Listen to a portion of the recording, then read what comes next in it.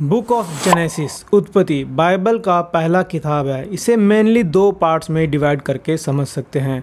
पहला अध्याय से 11 तक जिसमें परमेश्वर और पूरी दुनिया के बारे में देखते हैं, और 12 से 50 परमेश्वर और अब्राहम के बारे में और उसके परिवार के बारे में। पहला और दूसरा अध्याय में परमेश्वर पूरी धरती की रचना करते हैं, आकाश, पेड़ पौधे, पक्षी, भूमि, जानवर, और उसके बाद इंसान को। आदम को अपने ही स्वरूप में बनाया, मतलब कि आज़ाद, कुछ भी चुनने का अधिकार। जैसे परमेश्वर है वैसे ही इंसान को भी बनाया अपने स्वरूप में। परमेश्वर ने आदम हवा को कहा फलो फूलो और बढ़ जाओ। परमेश्वर आदम हवा को आदन की वाटिका ईडन गार्डन में रखते कि वो अपनी ज़िंदगी वहाँ से शुरू करे, और ये भी कहते हैं कि चाहे तुम कोई भी फल खाना पर भले बुरे ज्ञान का फल ना खाना। इंसान दो तरीके से चुन सकता है कि वो परमेश्वर पर पूरी तरह विश्वास करे या खुद पर विश्वास करे। तीसरे अध्याय में सांप की एंट्री होती है, जो सब जानवरों में चालाक था, शैतान का स्वरूप था, और ये इंसान को परमेश्वर के खिलाफ करना चाहता था। सांप हवा को भले बुरे के ज्ञान का पेड़ का बारे में अलग एक स्टोरी बताता है। जो परमेश्वर ने कहा वो झूठ है, तुम इस फल को खाकर निश्चय नहीं मरोगे बल्कि उनके जैसे भगवान जैसे बन जाओगे। लेकिन वो ये नहीं जानते थे कि वो पहले से ही परमेश्वर के स्वरूप है। उन्होंने परमेश्वर पर विश्वास नहीं किया बल्कि उस सांप दुष्ट पर विश्वास कर लिया और उस फल को खा लिया। फिर यहीं से शुरू होती है पूरी कहानी। वहाँ दो पेड़ थे, एक था जीवन का वृक्ष और दूसरा था भले बुरे ज्ञान का वृक्ष। तो इसमें से कोई भी चुन सकते थे, लेकिन उन्होंने शैतान के बात में आकर कौन सा फल चुना? भले बुरे ज्ञान का फल। लेकिन अगर वो ट्री ऑफ लाइफ जीवन का वृक्ष का फल खाते, पहले अगर वो खाते तो उनके अंदर जीवन आता, ना कि मृत्यु। जीवन आने के बाद वो भले बुरे ज्ञान का जो फल है उसका असर ना होता, ना ही शैतान की बातों का असर होता। लेकिन इन्होंने पहले इसको चुना, इसलिए सब कुछ गड़बड़ हो गया।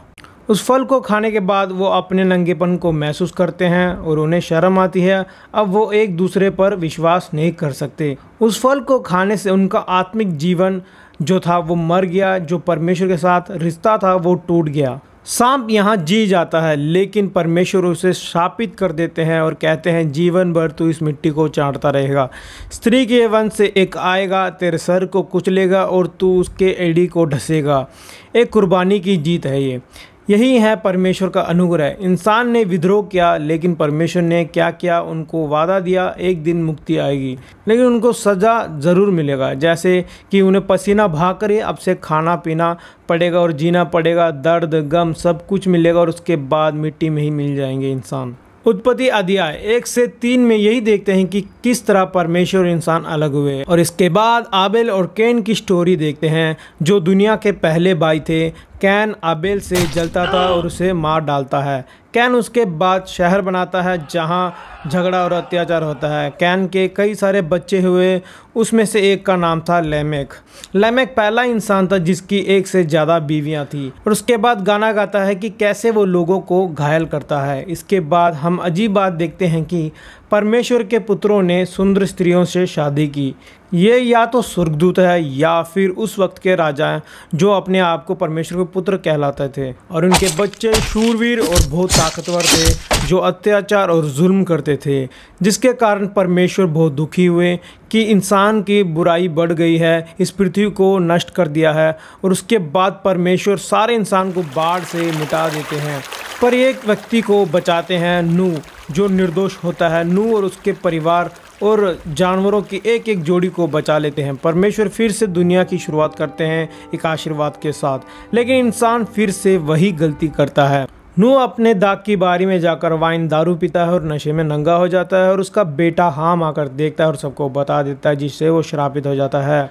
और इसके बाद सिटी ऑफ बेबीलोन का नींव डालते हैं, उसे बनाते हैं। लोगों ने पहली बार ईंट और चूने का इस्तेमाल किया, घुमट टावर बनाना शुरू किया जिसकी ऊंचाई आकाश को छुए। उन्होंने कहा हम खुद के लिए एक नाम करें। परमेश्वर का विद्रोह किया। यहाँ पर परमेश्वर ने भाषा में गड़बड़ी की, नए लैंग्वेज की शुरुआत हुई। यहीं से लोग अलग अलग हो गए। परमेश्वर हर बार इंसान को मौका देता है बदलने की, लेकिन इंसान भी हर बार की तरह गलतियाँ करता रहता है। हम ऐसे अच्छी दुनिया में जीते हैं जिसे हमने बुरा बना दिया। इंसान के हाथ में है कि वो क्या चाहता है, अच्छा या बुरा, परमेश्वर पर विश्वास करता है या खुद पर। इसके बाद हम देखेंगे अब्राहम के बारे में और उसके परिवार के बारे में।